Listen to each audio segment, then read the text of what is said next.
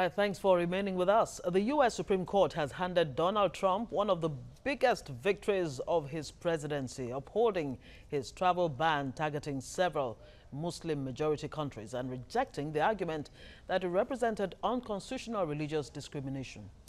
The ruling ended a fierce fight in courts over whether the policy amounted to an unlawful Muslim ban. Trump quickly claimed profound vindication after lower courts had blocked his travel ban announced in September, as well as two prior versions in legal challenges brought by the state, Hawaii, and others. Trump told reporters the decision was a victory for the U.S. Constitution and would benefit the nation's security.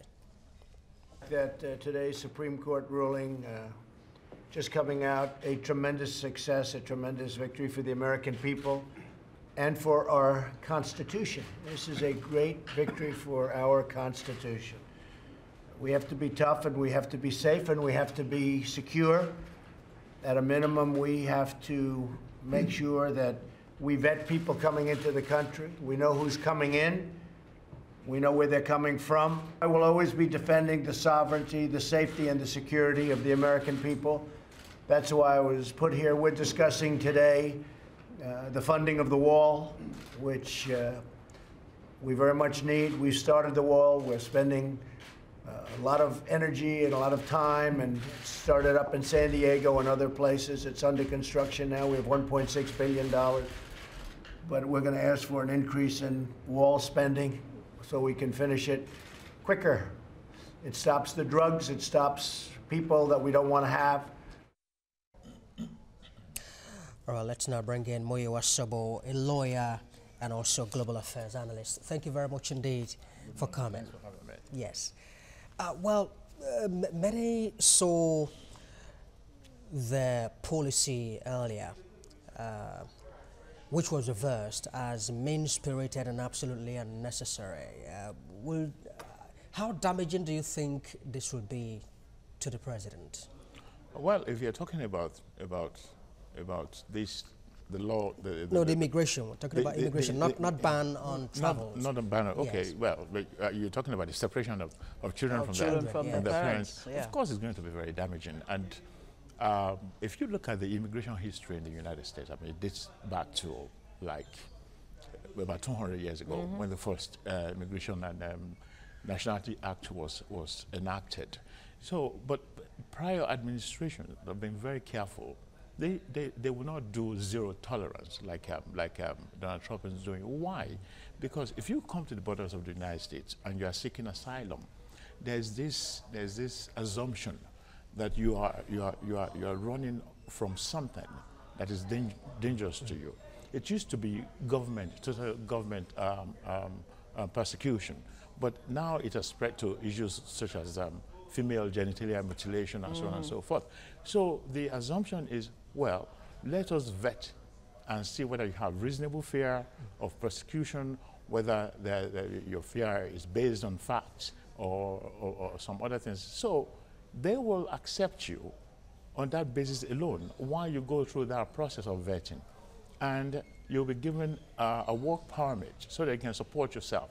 While you are going through the process, if you can't support yourself, the government will try to support you. Now, if you fail that test, because first you'll be examined by an immigration officer at the border. If you claim political asylum, then you go to the second process, which means you go in front of even some examiners who will look at your story, look at your evidence, and so on and so forth.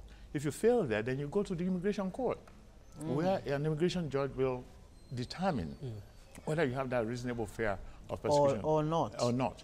If it is determined that you have it, then then we start the process of permanent residence. In the meantime, you have your work permit anyway. But if you fail at that level, that's when you are put into a deportation process. Now, this process does cost the United States some money. It does cost a lot. And the UN actually says that the US has become the world's leading destination for asylum seekers in the world as at 2017.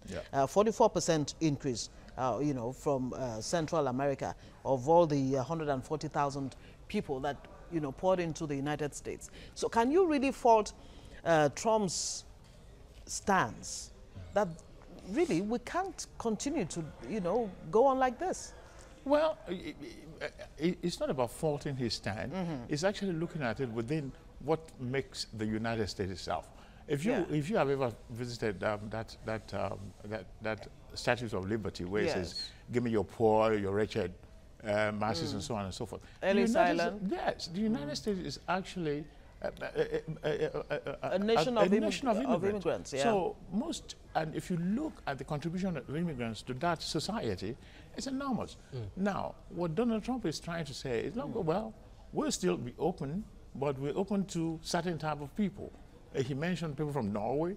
I mean, if you come from a place like Germany, will you migrate to the United States? No, it's the wretched poor that will be attracted to that society. And what he is doing now is actually putting a demarcation between the rest of the asylum seekers and those from South America. Okay, because those are the ones who come through the southern borders. Through the Mexico border. People still come in planes and stuff seeking asylum. So it's not, it's a nationalistic drive. Some has classified it as racist against those people from South America who will walk from places like Honduras and come through Mexico and other countries to get to the border of the United States with their children in tow. And then the cruelty and wickedness that go into that policy is when they get there now, unlike before, you separate children from their parents and put the children in some places, and then you separate, which people look at as being mean-spirited. He reversed that. And that is why damages were done to his administration on that basis alone. All right, but even though that he has taken a step backwards, is that not a way of trying to encourage people to continue to engage in dangerous journeys? Not too long ago, I think about a few days ago, I saw a video of African migrants, you know, dead bodies floating by the Mediterranean.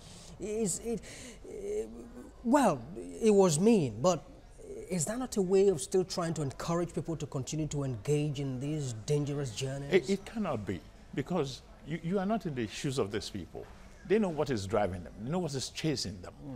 Simply because you are going to separate them from their children will not deter them. You choose between death and getting to the border of the United States.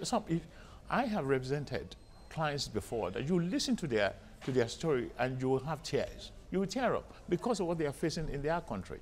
I mean, you're talking about African countries and South Americans.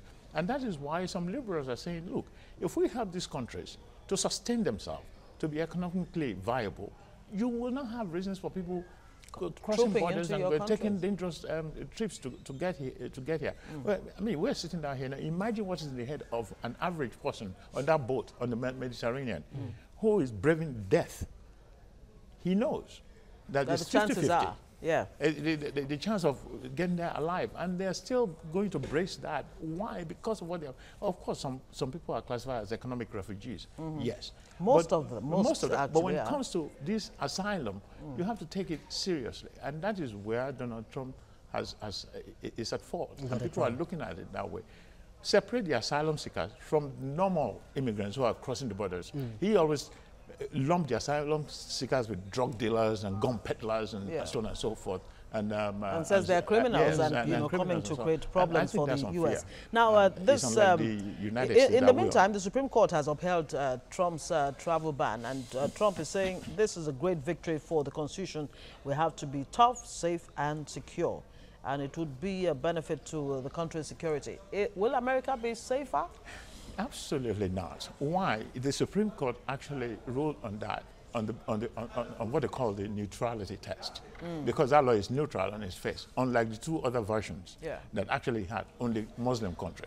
Now, they watered it down by including North Korea and what's the other countries, just non-Muslim countries. Yes. Just to water it down and to give it a neutral face, and that is what the Supreme Court ruled on. That look, the president has the authority based on security concern to say, look, we don't want this type of people, but he cannot. He could not have. If it has a Muslim ban face, it will not have been. There would not have been such a ruling from the Supreme Court. But they changed it twice. And that's why. And it was a very slim margin too, 5-4. It was 5-4. Yeah. But the Supreme Court only look. I think people are trying to classify it as conservative judges and Justice Kennedy, who is people think is conservative, but he was the one who ruled that on gay marriage and said it was illegal to ban gay marriages. So you cannot put him in that box. So the Supreme Court rightly looks at that neutrality. It's not a victory per se, no. Because the intention of Donald Trump was to ban the Muslims. The Muslim countries. From all over. Yeah. So, but by just making a U-turn and making it neutral on his face, that's why the Supreme Court ruled. All right, Muyiwa Shobo is a constitutional lawyer and global affairs analyst. Thank you so much for joining us this morning. My pleasure. Thank you. Thank you for coming.